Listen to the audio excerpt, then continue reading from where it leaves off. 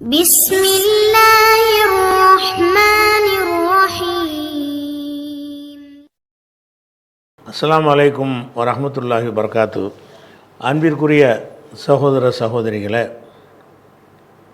ஒவ்வொரு வாரமும் புதன் வியாழன் ஆகிய 2 நாட்கள் சூரத்துல் பக்ராவுடைய வசனங்களுக்கு நேரடியான அர்த்தத்தையும் அதிலிருந்து பெற வேண்டிய சட்டங்களையும் நம்ம பார்த்து வர்றோம்.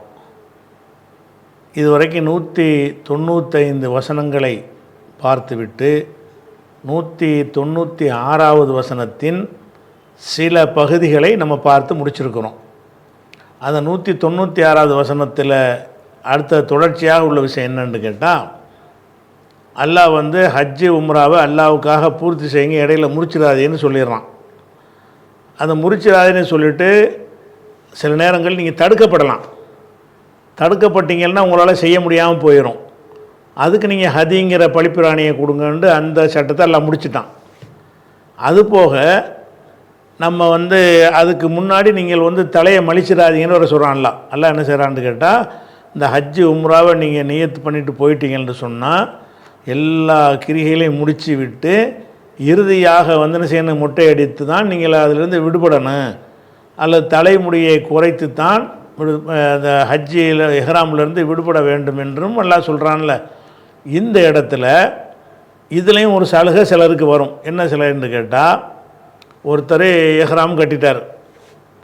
இஹ்ராம் கட்டி ஹஜ்ஜுக்கோ உம்ராவுக்கோ இஹ்ராமில் நுழைஞ்சிக்கிட்டு இருக்கும் பொழுது அவருடைய கடமை என்ன, ஹஜ்ஜுடைய எல்லா காரியத்தையும் முடிச்சுட்டு தான் அவர் தலையை மலிக்கணும். உம்ராவுடைய எல்லா காரியத்தையும் முடிச்சுட்டு தான் தலையை மலிக்கணும், அல்லது கொஞ்சமாக வெட்டி கொள்ளணும்.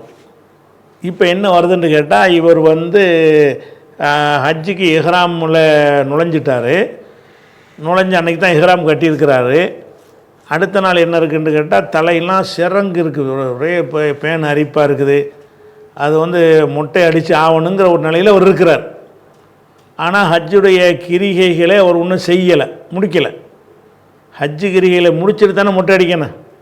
தலைமுடியை மலிக்கிறதா இருந்தாலும் சரி, கொஞ்சோண்டு முடியை குறைக்கிறதா இருந்தாலும் சரி, அது எப்போ குறைக்கணும்னு கேட்டால், ஹஜ்ஜுடைய எல்லா காரியத்தையும் முடிச்சுட்டு கடைசியாக மொட்டை அடித்த உடனே அவர் இஹ்ராம்லேருந்து வெளியே வந்துடுறாரு. அப்படிங்கிறது தான் சட்டம். இப்போ என்ன ஆகுதுன்னு கேட்டால், ஒருத்தர் ஒரு நோயாளியாக இருக்கிறார், ஹஜ்ஜுக்கு இஹ்ராம் கட்டிடுறாரு, நோயாளியாக இருக்கிறார்.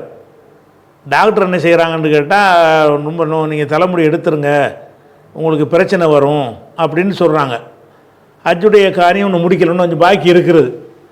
அவர் இடையிலேயே மொட்டை அடித்து விட்டு என்ன செய்யலான்னு கேட்டால், மொட்டை அடித்த நிலையிலேயே ஹஜ்ஜுடைய காரியங்கள்லாம் அவர் செய்யலாம். இந்த மாதிரி உள்ளவர்களுக்கு என்ன செய்யணும்னா, அப்படி இடையில் அதை முடிச்சு விட்டு தான் மொட்டை அடிக்கணுங்கிற ஒரு நிலை இருக்கும் பொழுது, இவருடைய நோயின் காரணமாக அதை இடையிலேயே அந்த ஹஜ்ஜுடைய கடமைகளை நிறைவு செய்வதற்கு முன்னாடியே மொட்டை அடிக்கணுங்கிற ஒரு நிலைமைக்கு தள்ளப்பட்டார்னு சொன்னால், அதை மொட்டை அடிக்கலாம், ஆனாலும் அதுக்கு ஒரு பரிகாரம் கொடுக்கணும் அப்படிங்கிற ஒரு விஷயத்தை தான் இப்போ அடுத்து வரக்கூடிய வார்த்தையில் நம்ம அறிய போகிறோம். 196 வசனத்தில் எது வரைக்கும் வாசித்து விட்டோமோ அதுக்கு அடுத்து வரக்கூடிய விஷயம் என்னன்னு கேட்டால், ஃபமன் கான மின்கும் மரீலன், உங்களில் யாராவது நோயாளிகளாக இருந்தால், அவு பிஹி அதன் மின் ரசிஹி, அல்லது தலையில் ஒரு தொல்லை, பேனு போன்ற பேனு சொறி சரங்கு இந்த மாதிரியான விஷயம், அதன்னா தொல்லை, மின் ராசி தலையில் ஏதாவது ஒரு தொல்லை இருந்தால், உங்களில் யாராவது நோயாளியாக இருந்தால் அல்லது தலையில் ஏதாவது தொல்லை இருந்தால், அப்போ நீங்கள் என்ன செய்யலாம், மொட்டை அடித்து கொள்ளலாம்னு சொல்லப்படலைங்க, மறைஞ்சு நிற்கிது. அப்போது நீங்கள் என்ன செய்யலாம்னு கேட்டால், ஹஜ்ஜை முடிக்காமலேயே மொட்டை அடித்து கொள்ளலாம். அதே நேரத்தில் ஃபிதியத்துன், அவர் மீது அலைஹி ஃபிதியத்துன், அவர் மீது ஒரு பரிகாரம் இருக்கிறது. என்ன பரிகாரம் என்றால், மின் சியாமின், நோன்பு வைக்கிற ஒரு பரிகாரம், அவு சதக்கத்தின், அல்லது ஏதாவது தர்மம் செய்கிற ஒரு பரிகாரம், அவு நுசுக்கின், நுசுக்குன்னா ஆடு மாடு ஒட்டகத்தை அறுக்கிறது, அந்த ஹதி பண்ணுற ஒரு இப்போ குர்பானி கொடுக்குற ஒரு பரிகாரம், இது அவருக்கு இருக்கிறது. இதில் என்ன சொல்லப்படுதுன்னு கேட்டால், நீங்கள் ஹஜ்ஜுக்கு நீங்கள் தடுக்கப்படலை, ஆனால் ஹஜ்ஜு முடிச்சுட்டு தானே நீங்கள் மொட்டை அடிக்கணும். இஹ்ராம்லேருந்து விடுபடுவதாக இருந்தால் ஹஜ்ஜுடைய எல்லா காரியத்தையும் முடிக்கணும், உம்ராவுடைய எல்லா காரியத்தையும் முடிக்கணும். முடிச்சுட்டு தான் நாங்கள் முடிச்சிட்டோங்கிறது ஒரு அடையாளமாக தான் தலைமுடியை மலிக்கணும். ஆனால் நீங்கள் இஹ்ராமில் இருக்கும் பொழுது உங்களுக்கு ஒரு நோய் வந்து விட்டது, அல்லது தலையில் ஒரு பிரச்சனை வந்து விட்டது, நீங்கள் வந்து மொட்டை அடித்து தான் ஆகணும் என்கிற ஒரு நிலைமை, இதெல்லாம் மருத்துவர்கள் சொல்கிறத வச்சு முடிவு பண்ணிக்கிறலாம். ஒரு மருத்துவ ரீதியான ஒரு காரணம் இருந்துச்சுன்னு சொன்னால், அப்படி இருந்து நீங்கள் வந்து மொட்டை அடிக்கும் நிலை வந்து மொட்டை அடித்து விட்டால், கடைசியில் அடிக்க வேண்டிய மொட்டையை இடையில் அடித்த காரணத்தினால அதுக்கு நீங்கள் ஒரு பரிகாரம் செய்யணும். அதைத்தான் இந்த வாசகம் சொல்லுது. எப்படி சொல்லுது? ஃபமன் கான மின்கும் மரீலன், உங்களில் யாராவது நோயாளியாக இருந்து ஃபஹலக ரஸஹு, தலையை மலித்து கொண்டால்னு வச்சுக்கிறேன். ஃபமன்கான மின்கும் மரீலன், உங்களில் யாராவது நோயாளியாக இருந்து ஃபஹலக ரஸஹு, தலையை மலித்து விட்டார் என்று சொன்னால், அவ் அல்லது பிஹி, அவரிடத்தில் அதன் ஒரு தொல்லை, மின் ராசி, அவருடைய தலையில் ஒரு தொல்லை என்று சொன்னால் தொல்லை தரக்கூடிய நோய் சரங்கு பேனு இந்த மாதிரி அப்படி ஏதாவது இருந்து ஃபஹலக ரஸஹு, தலையை மலித்து விட்டால், இடையிலேயே. இந்த தலையை மலித்தல் எப்போ செய்கிறார்ன்னு கேட்டால், ஹஜ்ஜை முழுமையாக்குவதற்கு முன்னாடியே செய்கிறார், உம்ராவை முழுமையாக்குவதற்கு முன்னாடியே செய்கிறார். எதனால் செய்கிறார் என்று கேட்டால், ஒரு நோயின் காரணமாக செய்கிறார், அல்லது தலையில் ஒரு பிரச்சனை இருக்கிற காரணமாக செய்கிறார். அப்படி செய்தாரையானால் ஃபஃபிதியத்துன்னா அலைஹின்னு வச்சுக்கிறணும். அலைஹி, அவர் மீது இருக்கிறது, ஃபிதியத்துன், ஒரு பரிகாரம் இருக்கிறது. ஃபிதியான்னு ஒன்று செய்ய முடியாட்டி அதுக்கு செய்யக்கூடிய ஆல்டர்னேட்டிவ் காரியத்துக்கு பேர் ஃபிதியான்னு சொல்லுவாங்க. இப்போ ஃபிதியத்துன் அலைஹி ஃபிதியத்துன், அவர் மீது ஒரு ஃபிதியா இருக்கிறது, ஒரு பரிகாரம் இருக்கிறது. என்ன பரிகாரம் என்னவாக இருக்கலாம்னு கேட்டால், மின் சியாமின், நோன்பு எனும் பரிகாரம், அவு சதக்கத்தின், தர்மம் எனும் பரிகாரம், அவு நுசுக்கின், பலியிடுதல் என்ற ஒரு பரிகாரம். நோன்பு, சதக்கா, பலியிடுதல், அந்த மூன்றில் ஏதாவது ஒன்றை அதுக்காக அவர் செய்யணும். அதாவது இஹ்ராமோட இருந்துக்கிட்டு ஹஜ்ஜுடைய காரியத்தை எல்லாம் முடிப்பதற்கு முன்னாடியே மொட்டையடிக்கும் நிலைக்கு தள்ளப்பட்டாராயானால் அதற்காக ஒரு பரிகாரம் செய்யணும். என்ன பரிகாரம் செஞ்சுட்டு அவர் மொட்டையடித்த நிலையில் எல்லா ஹஜ்ஜுடைய காரியத்தையும் செய்யலாம்.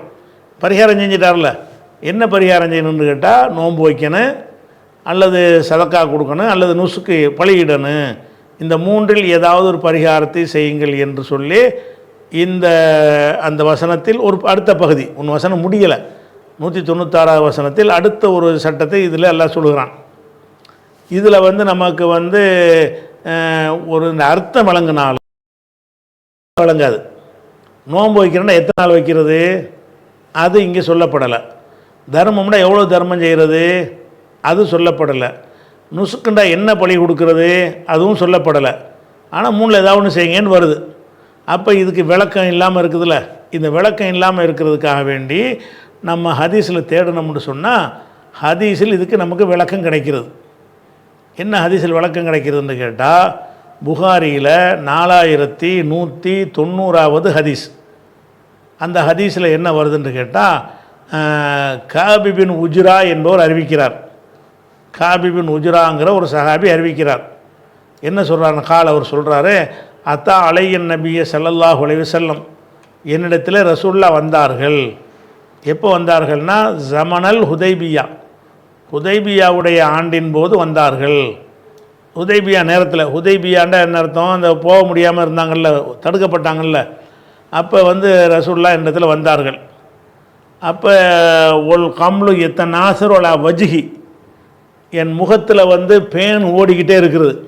பேனு தலையில் எவ்வளோ பேனுன்னு கேட்டால் முகத்திலெல்லாம் வழிகிற அளவுக்கு பேன் இருக்கிறது. அப்போ கால ரசூல்லா கேட்டார்கள், யூதிக்க ஹவாமு ராசிக்க, உன் தலையில் உள்ள பேன்கள் உனக்கு தொந்தரவாக இருக்குதா அப்படின்னு கேட்டாங்க. குல்த்து, நான் சொன்னேன் ஆமான்னு சொன்னேன். அப்போ ரசூல்லா சொன்னாங்க, ஃபஹலுக்கு நீ போய் மொட்டை அடிச்சிக்க, இந்த ஹதியுடைய பிராணி அங்கே போய் சேருதுன்னெலாம் பார்க்க தேவையில்லை, நீ இப்போ மொட்டை அடிச்சிக்க. அடிச்சிட்டாலும் ஒசும், நீ நோன்பு வை, சலாசத் ஐயாமின், 3 நாள். அந்த நோன்புண்டு குரானில் முட்டையாக தானே வருது, எவ்வளோ நோன்புண்டு வரல.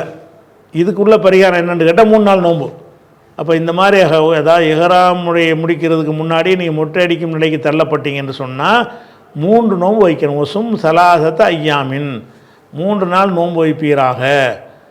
அத்தையும் சித்தத்தை மசாக்கின், அல்லது ஒரு 6 ஏழைக்கு உணவளிப்பீராக. சதக்கான்னு வருதுல்ல, தர்மம் செய்யுங்கள்னு குரானில் வருது. தர்மத்தினுடைய அளவு சொல்லப்படவில்லை, நோன்புன்னு வருகிறது, அளவு சொல்லப்படவில்லை. அந்த நோன்புடைய அளவை இந்த ஹதீஸ் சொல்லுகிறது. எந்த ஹதீஸ் சொல்கிறது? 4190வது ஹதீஸ் சொல்லுகிறது. சலாஹத் ஐயாமின், என்ன செய்ய நீ சும் சலாஹத் ஐயாமின், நீ 3 நாளைக்கு நோன்பு வை. அத்தையும், அல்லது நீ உணவளிப்பாயாக. சித்தத்தை மசாக்கின, ஒரு 6 ஏழைக்கு உணவளிச்சிரு. 3 நோன்பு வை, இல்லாட்டி ஒரு 6 ஏழைக்கு சாப்பாடு கொடுத்துரு. அவன்சுக்கு நசீக்கத்தனால ஏதாவது ஒரு பழிப்பிராணி, ஒரு குறைஞ்சபட்சம் ஆடு, அதை நீ பழி கொடுத்துரு. இதை செஞ்சு விட்டால், மொட்டை அடித்தது முன்கூட்டியே மொட்டை அடிச்சிங்கல்ல, ஹரமுக்கு இந்த பழிப்பிராணி போய் சேருவதற்கு முன்னாடி, ஹஜ்ஜுடைய கிரிகைகள் முடிகிறதுக்கு முன்னாடி நீங்கள் மொட்டை அடித்ததற்கு உரிய பரிகாரமாக இது அமைந்துவிடும் அப்படின்னு சொல்லிட்டு இதன் அறிவிப்பாளர் ஐயூப் சொல்லுகிறாரு. லாதிரி பி ஐயுஹாதா பத, இதில் எதை முதல் செய்ய வேண்டும் என்று எனக்கு தெரியலை. எதை வேணாலும் செய்யலாம். மொட்டையாக சொல்லிட்டாங்கன்னா எதை வேணாலும் நம்ம இஷ்டம் தான் அர்த்தம். அதை முதல் இதுக்கு ஃபஸ்ட்டு இடம் எது? ஃபஸ்ட்டு இடம் ஆட்டை இருக்கிறது, 2வது இடம் சோறு கொடுக்கறது, 3வது இடம் அப்படிலாம் தர்த்தீப்புக்கு சொல்லப்படல. 3 விஷயந்தான் சொல்லப்பட்டிருக்கு. உங்களுக்கு வசதி போல் நீங்கள் செஞ்சுக்கிற வேண்டியதான். ஐயூப் என்பவர் என்ன செய்கிறாரு, அந்த அறிவிப்பாளர் சொல்கிறாரு, லாதிரி ஐயுஹாதா பத, இதில் எதை கொண்டு அவன் தூங்குவான் என்று எனக்கு தெரியவில்லைங்கிறாரு. இது தெரிய தேவையில்லை, அவர் தேவையில்லாமல் இந்த விஷயத்தை சொல்கிறாரு. அல்லாவும் ரசூலும் இது ஃபஸ்ட்டு, இது செகண்டு, இது தேர்டுன்னு சொல்லலைன்னு சொன்னால், எதை வேணாலும் ஃபஸ்ட் ஆக்கிடலாம், எதை வேணாலும் செகண்ட் ஆக்கிடலாம், எதை வேணாலும் தேர்ட் ஆக்கிடலாம். நம்ம உரிமையில் அது விடுகிறது. அப்போ இந்த மாதிரியான ஒரு பரிகாரம் இதில் இருக்கிறது. அதே மாதிரி இப்போ நம்ம ஹஜ்ஜி உம்ராவுக்கு போகிறோம். போகும் பொழுது ஹஜ்ஜிக்கு பிரயாணம் பண்ணி போகிறோம். பிரயாணம் பண்ணி போகிறோன்னா 300 கிலோமீட்டர், 400 கிலோமீட்டர், 500, அந்த காலத்தில் பிரயாணம். இந்த காலத்தில் ஃப்ளைட்டில் போய் இறங்குற மாதிரி இல்லையில. அந்த காலத்தில் பிரயாணம் பண்ணி போனாங்கன்னு சொன்னால், ஹஜ்ஜுடைய காரியங்கள் 5 நாளாக இருந்தாலும் அதுக்குரிய பிரயாணங்கள் 15 நாள்லாம் ஏற்படும். பிரயாணம் பண்ணி வந்துக்கிட்டே இருப்பாங்க, அவ்வளோ கஷ்டப்பட்டு வருவாங்க. அப்படி வரக்கூடிய ஹஜ்ஜுக்காக பிரயாணம் பண்ணி ஒருத்தர் கிளம்பி வரும் பொழுது அவருக்கு உடம்பு சரியில்லை. அவருக்கே தெரிகிறது, வண்டி இழுக்காதுன்னு தெரிகிறது. நம்ம ஹஜ்ஜுக்குன்னு கிளம்பி வந்துட்டோம், இன்னும் ஒரு 10 நாள் பிரயாணம் இருக்குது, போய் சேர முடியுமா, இடையில நம்ம நிறுத்தப்பட்டுருவோமா, இனிமேல் பயணிக்க இயலாதுன்னு சொல்லி நம்ம ஹஜ்ஜி செய்ய முடியாமல் போயிடுமா, அப்படிங்கிற மாதிரியெல்லாம் ஒரு நிலை இருந்து புறப்பட்டு போகிறாருன்னு சொன்னால், அப்போ அவர் என்ன செய்யணும்னு கேட்டால், ஹஜ்ஜிக்கு புறப்படும் போதே சரியான ஒரு வயிற்று போக்காக போயிட்டே இருக்குது. அவர் அல்லாஹ்வை நம்பி கிளம்பிட்டார். அவர் என்ன தெரியுதுன்னா, போக போக வயிற்று போக்கு ஜாஸ்தி ஆகிட்டே இருக்குது. நம்ம ஹரம் எல்லைக்கு போகிறதுக்கு முன்னாடியே வயிற்று போக்கெல்லாம் கம்ப்ளீட்டாக போயிடும் போல் இருக்க, நமக்கு ஹஜ்ஜை நிறைவேற்ற முடியாது போல் இருக்கு, அதை நிறுத்தி ரிட்டர்ன் ஆகணும் போல் இருக்குங்கிற மாதிரி அவர் வந்துட்டாருன்னு வைங்க. அப்படி நிலையில் இருப்பாரையானால், அந்த மாதிரி நோயாளியாக உள்ள ஆளுக்கு என்ன செய்யணும்னு கேட்டால், அவங்க எஹ்ராம் அணியும் போதே இப்படி நிபந்தனையோடு அணியணும். எப்படி, இறைவா, நான் உனக்காக ஹஜ்ஜிக்கு நான் இஹ்ராம் அணிந்து விட்டேன், உனக்காக இஹ்ராமுக்கு அணிந்து விட்டேன், ஆனாலும் எனக்கு எந்த இடத்துல நீ அதை என்னை தடுத்து விடுகிறாயோ அது வரைக்கும் தான் நான் செய்வேன், அதுக்கு பிந்தி உள்ளதை என்னை கேள்வி கேட்காத அப்படின்னு சொல்லி இஹ்ராம் கட்டணும். எல்லாம் உன்னை நம்பி நான் இஹ்ராம் கட்டிடுறேன், ஆனால் தள்ளாத வயிற்று போக்கில் இனிமேல் இங்கே செய்ய முடியாதுன்னு எனக்கு ஒரு இடத்துல படுத்துட்டேன்னு வை, அதனால் என்னை நீ பிடிச்சிடாத அப்படின்னு இஹ்ராம் கட்டையிலேயே எனக்கு ஏழும்டா தான் நான் கடைசி வரைக்கும் செய்வேன். இப்போ 7வது நிலையில் நான் போய்கிட்டு இருக்கிறேன், முடிஞ்ச அளவுக்கு நான் பார்க்குறேன், அப்படி முடியாமல் படுத்துக்கிட்டேன்னு சொன்னால் அதை என்னை பிடிச்சிடாத அப்படின்னு சொல்லிவிட்டு நீ இஹ்ராம் கட்டுங்கிறாங்க. அந்த நிலையில் உள்ள ஆளுக்கு என்ன செய்கிறாங்கன்னு கேட்டால், அதாவது லுபான்னு ஒரு அம்மா, இவங்க யாருன்னு கேட்டால் அப்துல் முத்தலிபுடைய பேத்தி ஜுபைருடைய மகள், அதாவது ரசூல்லாவுடைய மாமி மகள்னு வைங்களேன். அவங்க என்ன செய்கிறாங்கன்னா, ரசூல்லாட்ட கேட்குறாங்க, அல்லாஹ்வுடைய தூதரே, இன்னி உரீதுல் ஹஜ்ஜ வன ஷாக்கியத்தும், நான் ஹஜ்ஜை நாடி விட்டேன், ஹஜ்ஜு செய்ய இஹ்ராம் கட்டிட்டேன், வன ஷாக்கியத்துன், நான் ஒரு நோய்வாய்ப்பட்டவளாக இருக்கிறேன், நோய்வாய்ப்பட்டவளாக இருக்கும்போதே நான் ஹஜ்ஜியை நாடி விட்டேன், நான் என்ன செய்கிறது என்று ரசூல்லாட்ட கேட்கும் பொழுது ரசூல்லா சொன்னாங்க, ஹுஜ்ஜி, நீ ஹஜ்ஜி செய்யி, ஒஸ்தரித்தி நீ நிபந்தனை போட்டுக்கள் அல்லாவிடத்தில். என்ன நிபந்தனை? அன்ன மஹில்லி ஹைது ஹபஸ்தனி, இறைவா என்னை எது வரைக்கும் எங்கே வரைக்கும் நீ தடுக்காமல் இருக்கிறியோ அது வரைக்கும் தான் என்னுடைய பயணம் இருக்கும். நீனா தடுத்து விட்டாயானால் என்னை குற்றம் பிடிச்சிடாதன்னு சொல்லி நீ இஹ்ராம் கட்டிக்க. அப்போ நோயாளியாக இருக்கும்போது இஹ்ராம் கட்டுகிறோம். யாரெல்லாம் அதுக்கு எப்போ எனக்கு போக முடியாத நிலை வருகிறதோ அது வரைக்கும் நான் செய்கிறேன், அதுக்கு ரிட்டனு ஹஜ்ஜி செய்யாமல் வந்துடுவேன், என்னை நீ பிடிச்சிடாத என்று நீங்கள் ஷர்த்து போட்டுக்கலாங்கிறாங்க. எப்படி சொல்கிறாங்க? இது புகாரில் முஸ்லீமில் வரக்கூடிய ஹதீஸ் என்னன்னு கேட்டால், ஹுஜ்ஜி நீ ஹஜ்ஜி செய்யி, ஒஸ்தரித்தி நீ நிபந்தனை போட்டுக்கள், அன்ன மஹில்லி ஹைசு ஹபஸ்தனி எந்த இடத்துல என்னை நீ தடுக்கிறாயோ அந்த இடம் தான் எனக்குரிய இடம்னு சொல்லி நீ சொல்லிக்க அப்படின்னு ரசூல் ஸல்லல்லாஹு அலைஹி வஸல்லம் சொல்லிட்டாங்க. அதனால் ஹஜ்ஜிக்கு போவதில் நியத்து பண்ணினா செஞ்சு தான் ஆகணும். செஞ்சு ஆகும் பொழுது நம்ம தடுக்கப்படும் பொழுது அதுக்கு ஹதி கொடுத்துட வேண்டியது.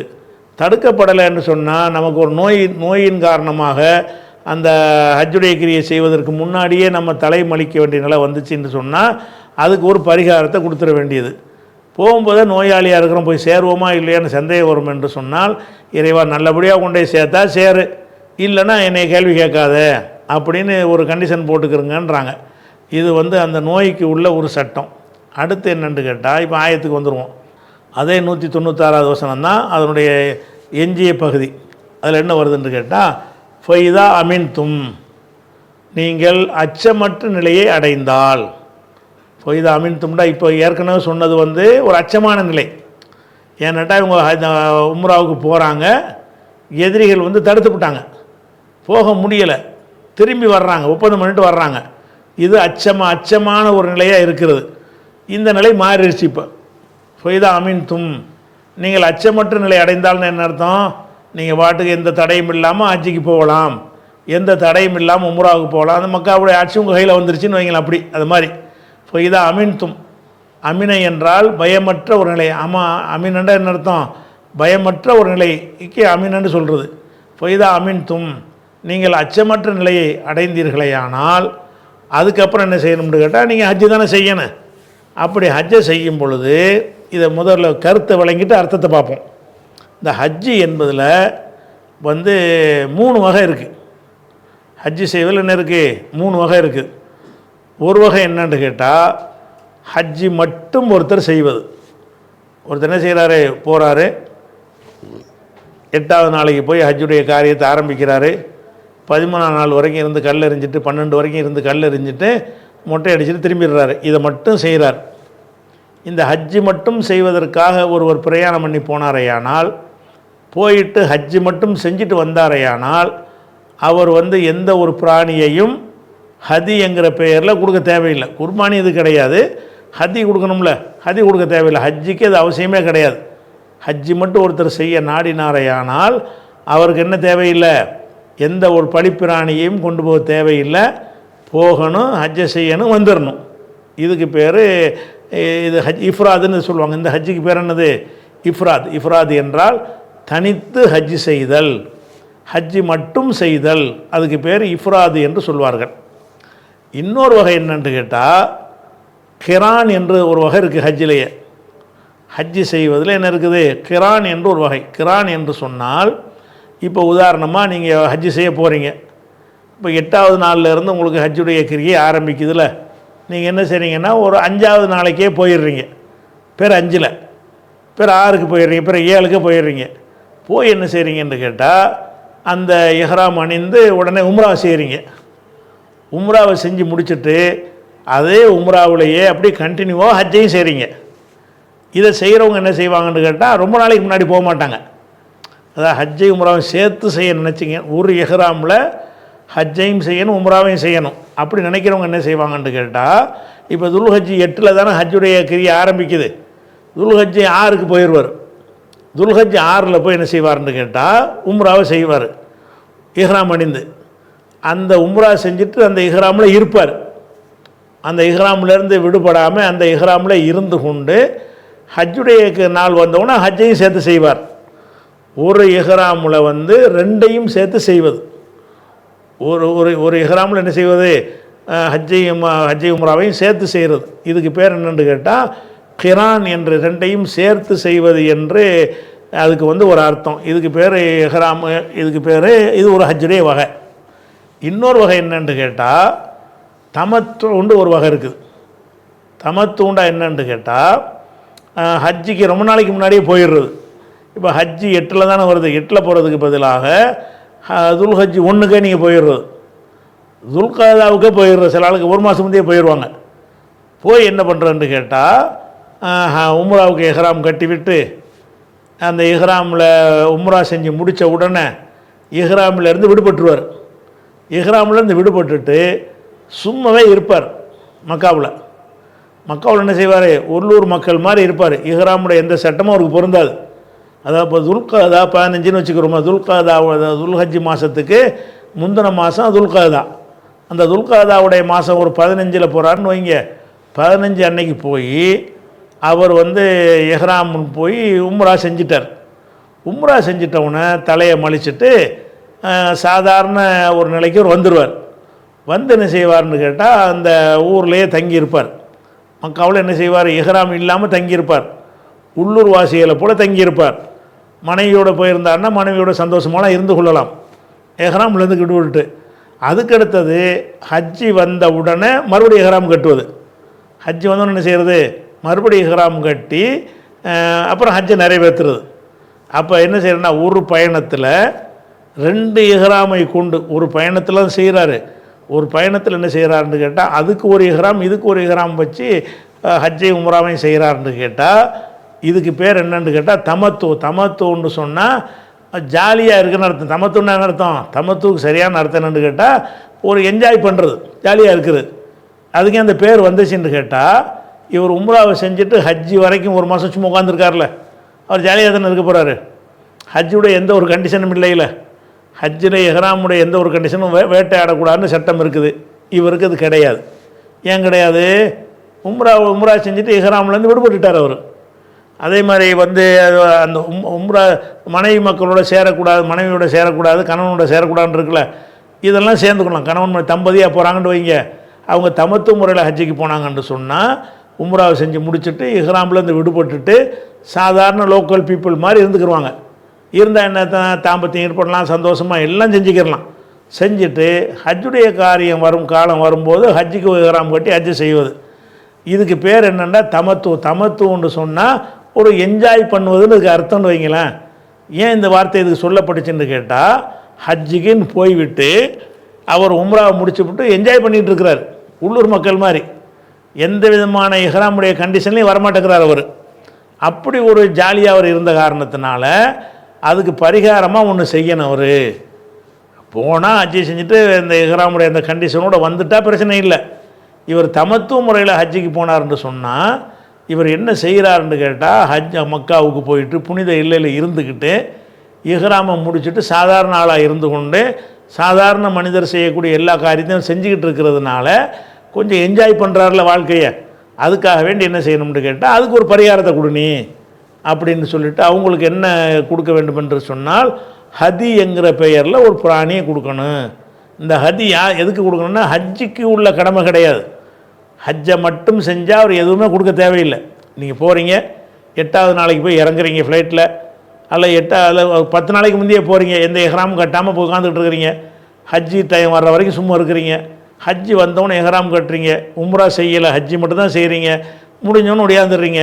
இதுக்கு பேர் என்ன, இஃப்ராது. இந்த மாதிரி ஒருத்தர் செய்வாரையானால் இவருக்கு எந்த ஒரு ஹதியும் கிடையாது.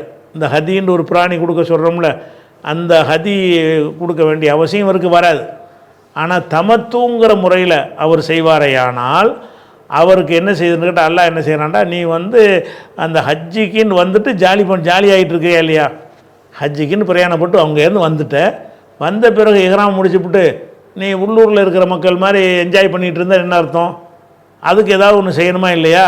அதுக்கு நான் என்ன செய்யணும்னு கேட்டால் அந்த மாதிரி முறையில் நீங்கள் ஹஜ்ஜி செஞ்சீங்கன்னு சொன்னால் நீங்கள் பழிப்பிராணி கொடுக்கணும். அந்த பழிப்பிராணி குர்பானி கிடையாது, அது ஹதி. ஹதிங்கிற என்ன அர்த்தம்? ஹதின்னு அந்த ஹரமில் தான் அறுக்கணும், அந்த பிராணியை அறுக்கணும்.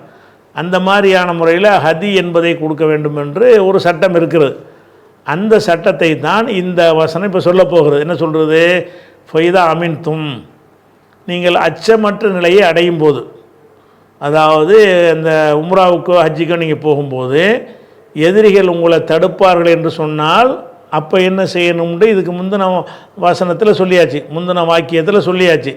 இப்போ தடை இல்லை, நீங்கள் போவதற்கு யாரும் தடுக்கல, நீங்கள் வாட்டுக்கு போகலாம், ஃப்ரீயாக இருக்குது, பாதை ஃப்ரீயாக இருந்துச்சின்னு சொன்னால் ஃபமன் தமத்தா பில் உம்ரத்தி இல்லல் ஹஜ்ஜி, உம்ராவை கொண்டு ஹஜ்ஜியோடு ஒருத்தர் தமத்து செய்தாரேனால், தமத்துனா சுகம் அனுபவிப்பாரேயானால், அதாவது இஹ்ராம் இல்லாத நிலையிலும் இருப்பாரேயானால், அது அந்த அர்த்தம். அப்படி செய்வாரேயானால் அலைஹி நாங்கள் வச்சுக்கிறணும், அலைஹி அவர் மீது கடமை மஸ்தைசர மினல் ஹதியி, இயன்ற ஒரு ஹதி அவருக்கு கடமை இருக்கிறது. அவருக்கு இயன்ற ஒரு ஆட்டையோ இயன்ற ஒரு மாட்டையோ அல்ல இயன்ற ஒரு ஒட்டகத்தையோ என்ன செய்யணும், ஒரு ஹதி என்பதை ஒரு பலியிட வேண்டும்.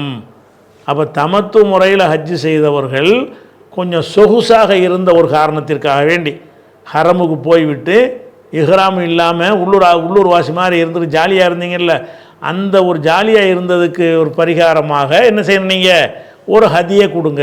தமத்து முறையில், தமத்து உண்டாலே ஜாலின்னு அர்த்தம், தமத்து உண்டாலே என்ன அர்த்தம், அதாவது குறிப்பாக சொல்லப்போனால் மனைவியரோடு சந்தோஷமாக இருப்பதற்கு தான் அந்த வார்த்தையை சொல்லுவது. அப்போ ஹஜ்ஜுக்குன்னு போயிடுறீங்க, உம்ராவை செஞ்சு போடுறீங்க, அதில் இஹ்ராம்லேருந்து விடுபட்டுறீங்க, அதுக்கு பிறகு புருஷன் முன்னாடி சந்தோஷமாக இருக்கிறீங்கல்ல, அந்த ஒரு சுகத்தை நீங்கள் அனுபவிக்கிற ஒரு காரணத்திற்காக வேண்டி ஹஜ்ஜுக்குன்னு போய்விட்டு அதுலேயும் கூட நீங்கள் தாம்பத்தியத்தை அனுபவிக்கிறீங்க என்ற காரணத்திற்காக நீங்கள் என்ன செய்யணும்னு கேட்டால் ஹதி என்கிற ஒரு பலிப்பிராணியை கொடுக்கணும். ஃபமன் தமத்தா பில் உம்ரத்தி இல்ல ஹஜ்ஜி, உம்ராவை கொண்டு ஹஜ்ஜின் பக்கம் தமத்து செய்வாரையானால் இருக்குது. தமத்துன்னா சுகம் அடைவாரையானால் அர்த்தம். அதுக்கு அந்த அர்த்தம் செஞ்சால் நமக்கு விளங்காது. நடைமுறையில் என்ன வந்துருச்சுன்னா தமத்து என்னன்ற சொல்ல விளக்கிட்டாங்க. இந்த தமத்து முறையில் ஹஜ்ஜு செஞ்சாலும் விளங்கிக்கிறங்க. இப்போதைக்கு தமத்து முறையில் உம்ராவின் ஹஜ்ஜையும் சேர்த்து செய்கிறாரு. எப்படி செய்கிறாரு, தமத்து அடிப்படையில் செய்கிறார். தமத்து அடிப்படையில் செய்கிறாருன்னு என்ன அர்த்தம்னு கேட்டால், உம்ராவை முடித்து விட்டு இஹ்ராம் இல்லாமல் ஜாலியாக இருந்து விட்டு ஹஜ்ஜு டைம் வந்தவுடனே இன்னொரு இஹ்ராம் கட்டி அவர் ஹஜ்ஜை செய்கிறார். இப்படி செய்வாரையானால் அலைஹி, இந்த ஃபமான் இருக்குல்ல அங்கக்குள்ளே வச்சுக்கணும், அலைஹி அவர் மீது கடமை மஸ்தைசர, எது இயலுமோ அது கடமை, மினல் ஹதி, ஹதியில் எது இயலுமோ அதை அவர் செய்ய வேண்டும். அப்போ தமத்து முறையில் ஹஜ்ஜு செஞ்சார்களேயானால் அவங்க ஒரு ஆட்டை நம்ம பலியிட வேண்டும். அது குர்பானி கிடையாது, அது குர்பானி கிடையாது, அது ஒரு பரிகாரம். குர்பானி வழக்கமாக வசதியான ஆளாக இருந்தால் கொடுப்பார்ல, அந்த குர்பானி தனியாக கொடுத்தாகணும். ஊரில் வச்சு கொடுப்பாரு, அங்கே வச்சு கொடுப்போம், இங்கே இலைகள் கிடையாது. ஊரில் பணத்தை அனுப்பி என்ன செய்யணும், அந்த குர்பானி தனியாக கொடுக்கணும். அது ஹஜ்ஜி இந்த ஹதி கொடுத்ததுனால அந்த கடமை நீங்காது. குர்பானிங்கிற கடமை அது ஹஜ்ஜோட சம்பந்தம் இல்லாமல் வருஷம் வசதி உள்ளவங்க கொடுக்கக்கூடியதற்கு பேர் அந்த குர்பானின்னா நாட்டு வழக்கத்தில் ஹதி உலுகையா, அதுக்கு பேர் உலுகையாங்கிறது கொடுத்தாகணும். இது ஹதி என்பது என்னன்னு கேட்டால் ஒரு தண்டம் போடுறது, அதாவது ஃபைன் போடுற மாதிரி, பெனால்ட்டி போடுற மாதிரி உள்ளது. நீ தமத்து செஞ்ச காரணத்தினால உனக்கு ஹதிங்கிற ஒரு பெனால்ட்டி இருக்கிறது, ஒரு ஃபைன் இருக்கிறது. அது என்ன ஃபைன் என்று கேட்டால் இயன்ற ஒன்றை செய்யணும். அந்த ஹதி கூட இப்போ ஒருத்தன் தமத்து முறையில் ஹஜ்ஜுக்கு போயிட்டான், அவன் வசதி உள்ளவனும் இருப்பான், ஏழையும் இருப்பான். வசதி இங்கேருந்து செலவழிச்சிட்டு அப்புறம் வசதி உள்ளவனாக தான் இருப்பான். நீங்கள் அந்த காலத்து மக்களை வச்சு பார்த்தீங்கன்னா ஒரு ஏழையும் கூட ஹஜ்ஜு செய்யலாமா இல்லையா? ஃப்ளைட்லையா போக போகிறான், பக்கத்து ஊர்லேருந்து நடந்து கூட ஹஜ்ஜுக்கு போவான். அப்போ அவனுக்கு ஹஜ்ஜுக்கு போக முடியும், ஆடு மாடு வாங்கி கொடுக்க முடியாது. அப்படி இருந்துச்சுன்னா அவன் என்ன செய்வது என்று கேட்டால், நீ ஹதி கொடுக்க முடிஞ்சால் ஹதி கொடுத்துருப்பான். ஹதி கொடுக்க முடியலை என்று சொன்னால் ஒரு 10 நோன்பு வை. ஹதி அப்போ ஹதி என்பது குர்பானி இல்லைன்னு வழங்குதா? குர்பானிக்கு பதிலாக நீங்கள் நோன்பு வைக்க இயலுமா? குர்பானி தான் வைக்கணும். உனக்கு ஹதி கொடுக்க இயலன்னா என்ன செய்யணும், ஒரு 10 நோன்பு வை.